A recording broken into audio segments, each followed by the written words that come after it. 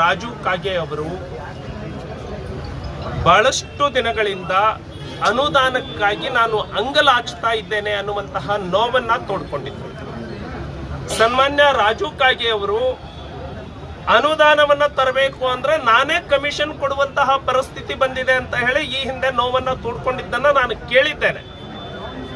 ಈಗ ಬರೀ ಕೇವಲ 25 ಕೋಟಿಗೆ ಭಾರತೀಯ ಜನತಾ ಪಕ್ಷದಲ್ಲಿ ರಾಜು ಕಾಗೆ ಅವರಿದ್ದಾಗ ನೂರಾರು ಕೋಟಿ, ಸಾವಿರಾರು ಕೋಟಿ ಅನುದಾನವನ್ನ ತಂದು ಕ್ಷೇತ್ರವನ್ನ ಅಭಿವೃದ್ಧಿ ಮಾಡಿದ್ರು.